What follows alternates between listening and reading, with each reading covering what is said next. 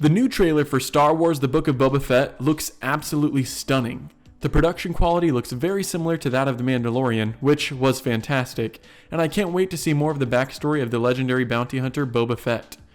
Everyone seems to be talking about the trailer, but they're all missing one super important detail, which could make a drastic impact on the series and on the Star Wars galaxy. Welcome back everyone to Streaming the Galaxy. My name is Rocket Riley, and today we're going to be talking about the biggest detail everyone missed in the new trailer for the Book of Boba Fett and the implications this will have on the series.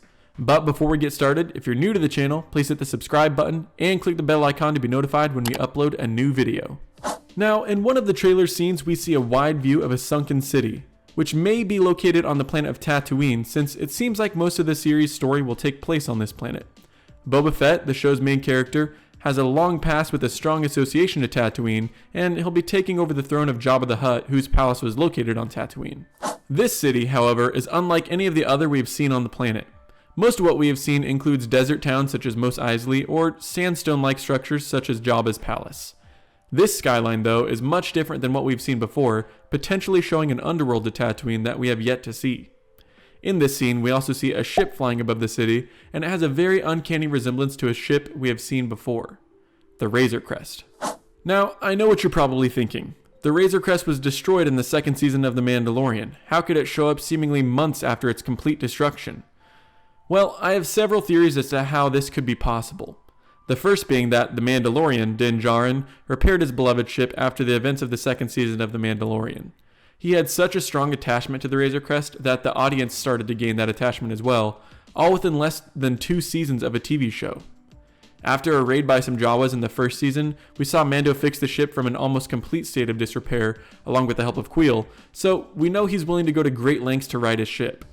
Also, after developing an even further attachment to the ship during his adventures with Grogu, I think he'd be willing to go to even greater lengths to make his ship whole again. There's also several fans who've theorized that Mando helped in the final battle in The Rise of Skywalker after noticing that a certain ship in the film looks quite similar to the Razor Crest. Lucasfilm digital content manager Matt Martin even noted that the ship sure looks like the Razor Crest, so Mando could have repaired the ship and joined the Resistance fighters after all.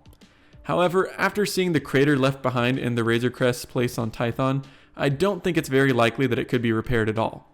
So that brings us to theory number 2.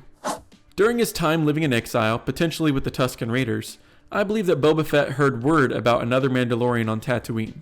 After hearing this, he started a search for Mando for clues as to where his armor may be, although at the time it was with the notorious Cobb Vanth. I believe this shot of what looks like the Razor Crest is simply a flashback to a time when Boba was close to finding Mando before their initial meeting on Tython in Season 2 of The Mandalorian. If this is the case, then we can expect to see several different flashbacks throughout the duration of the Book of Boba Fett series. I'm very much looking forward to seeing how Boba Fett, one of my favorite all-time Star Wars characters, was able to survive the Sarlacc pit, as well as if the Razor Crest was able to survive, well, this. Because the Book of Boba Fett was first introduced to us in The Mandalorian, I think it's very likely that the two shows will be highly interconnected, along with the upcoming live-action series Ahsoka. The Book of Boba Fett seems to be somewhat of a spiritual successor to The Mandalorian, continuing the story of a post-Empire galaxy from a different character's perspective. This, along with the fact that both Din Djarin and Boba Fett are of Mandalorian ancestry, leads me to believe that we'll be seeing the two on screen together quite soon. I mean, who doesn't love a good pulse rifle gaffy stick team-up? We also have several loose ends related to the Mandalorian people that need tied up. We need to know what happened to Bo-Katan after being given the Darksaber, and how the warlike tradition-driven people reacted to this apparent abdication of the Mandalorian throne by Din Djarin when he handed over the sole symbol of Mandalorian leadership in the Darksaber. We also need to know if Thrawn, former Grand Admiral of the Galactic Empire, will finally be introduced in live action or cause any problems for the Mandalorians.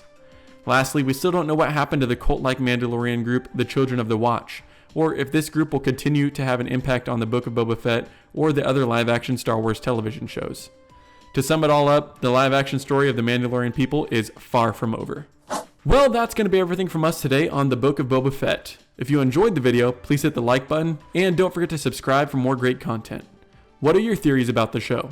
Will the Razor Crest make a reappearance? We'd like to know what you think, so drop your thoughts in the comment section below.